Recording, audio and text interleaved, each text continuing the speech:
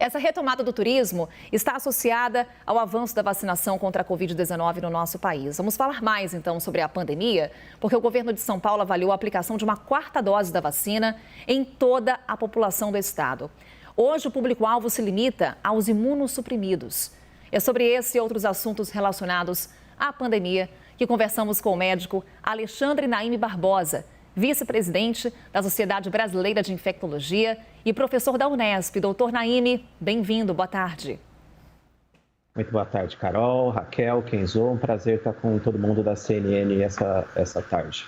Doutor, são muitas as dúvidas relacionadas à pandemia de Covid-19. Eu começo com essa primeira, que tem a ver com essa quarta dose, essa avaliação de uma ampliação do público-alvo no estado de São Paulo. É o momento ideal para isso, doutor? A realização da quarta dose para pessoas que não são imunossuprimidas ainda é uma grande indagação em termos de resultados científicos. Ou seja, será que aquelas pessoas, principalmente as mais vulneráveis, as que têm mais idade, acima de 70 anos, que já tomaram o esquema básico com 2 doses e a dose de reforço, mas que a dose de reforço já tem cerca de 4 meses, será que essa população se beneficiaria de mais uma dose de reforço?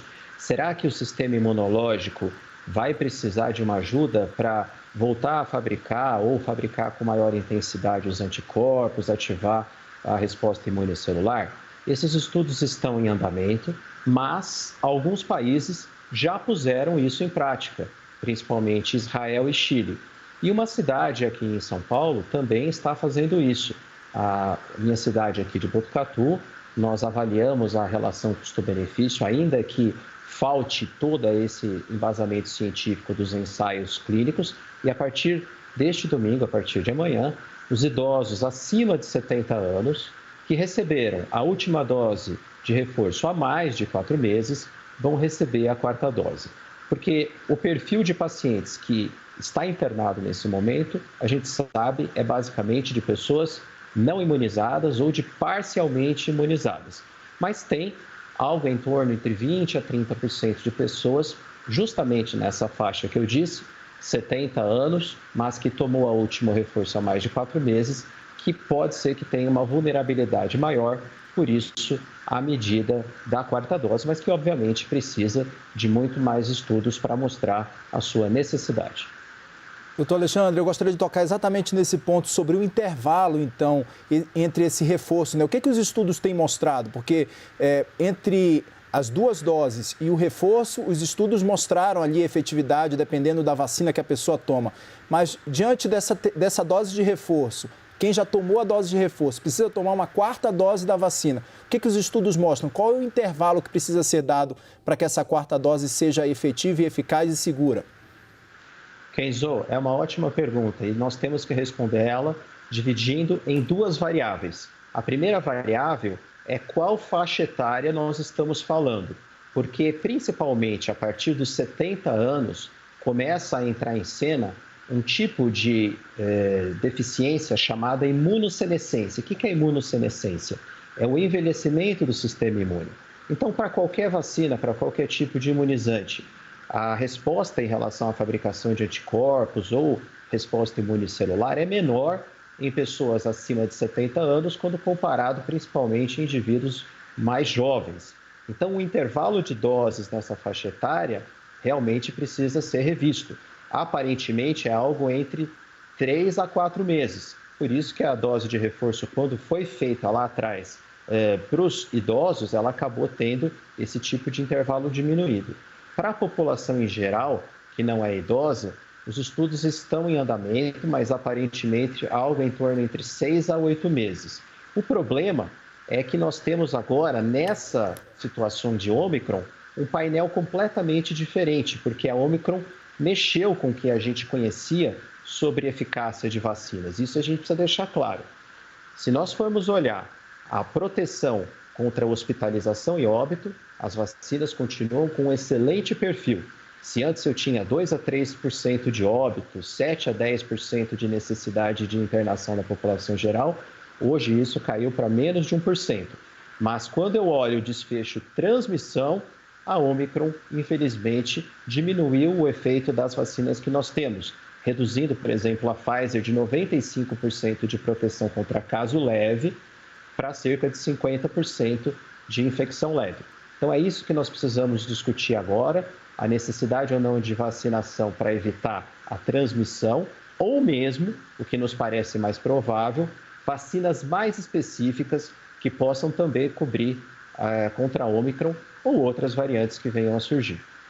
Perfeito, doutor Alexandre. Raquel Amorim, aqui do Rio de Janeiro, falando. Boa tarde. Eu gostaria de voltar à discussão sobre a questão da quarta dose. A gente sabe que a terceira dose, não há dúvida, é necessária. Então, o que o senhor colocou é que ainda não há evidências da necessidade da quarta dose para todos ainda. Queria que o senhor deixasse claro. E também se há evidências da necessidade de uma dose adicional para as crianças de 5 a 11 anos.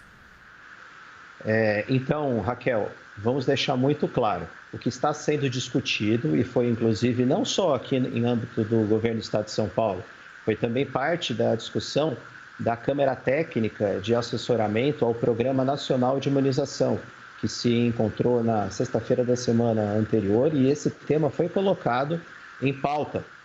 A vacinação para idosos, principalmente acima de 70 anos, essa quarta dose, que já foi feita, repito, em Israel e no Chile, de modo empírico, de modo a justamente se avaliar esse benefício ou não, e que também está sendo feito aqui na cidade de Botucatu.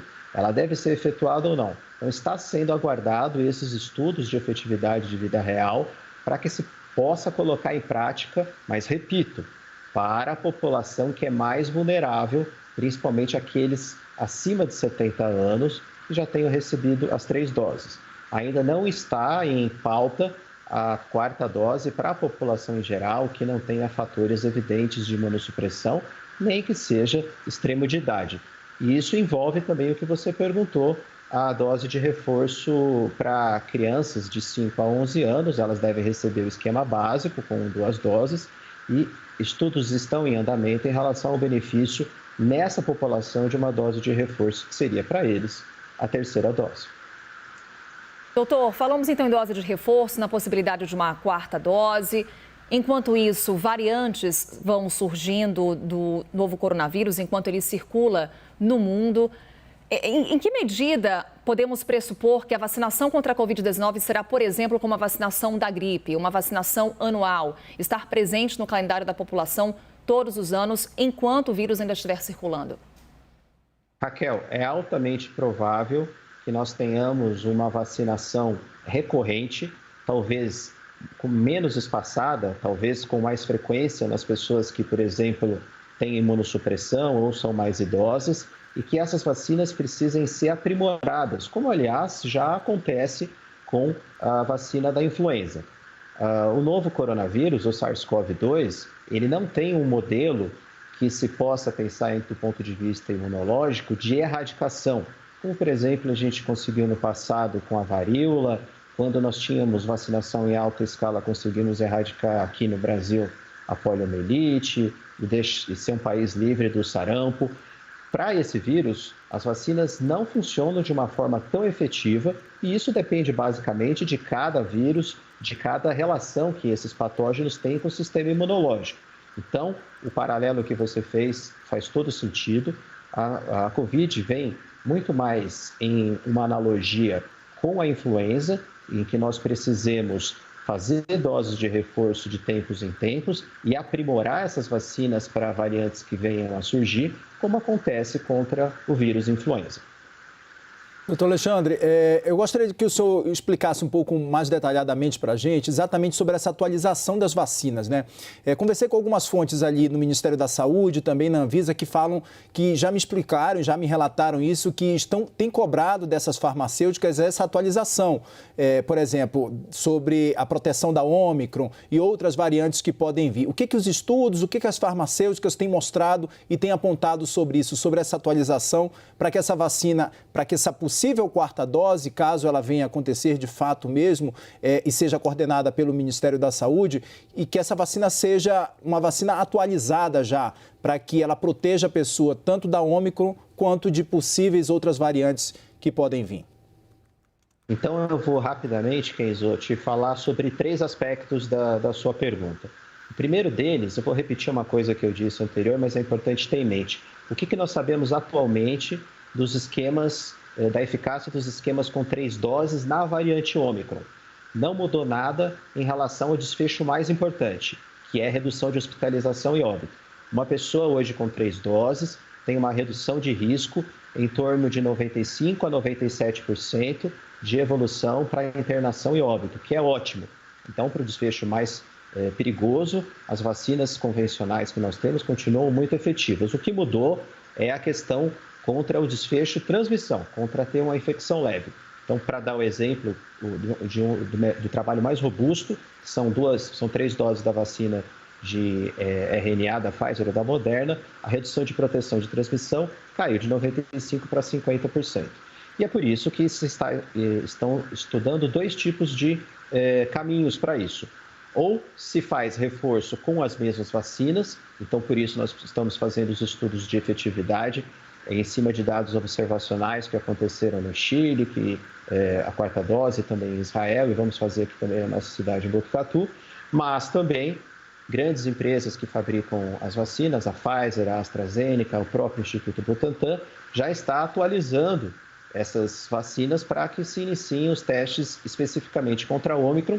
E importante, que se tenha uma vacina mais pan-genotípica, uma vacina que consiga cobrir possíveis outras variáveis, que pegue outros alvos que não possam ser constantes de mutação. Isso seria o ideal, uma vacina que pudesse cobrir não só as cepas que estão circulando, mas também possíveis mutações que aconteçam no futuro. Para isso você precisa encontrar uma região do vírus que não sofra tanto mutação como é para essas vacinas que nós temos agora, principalmente direcionadas à proteína spike, aquela espícula que fica na coroa do SARS-CoV-2, o vírus causador da Covid-19.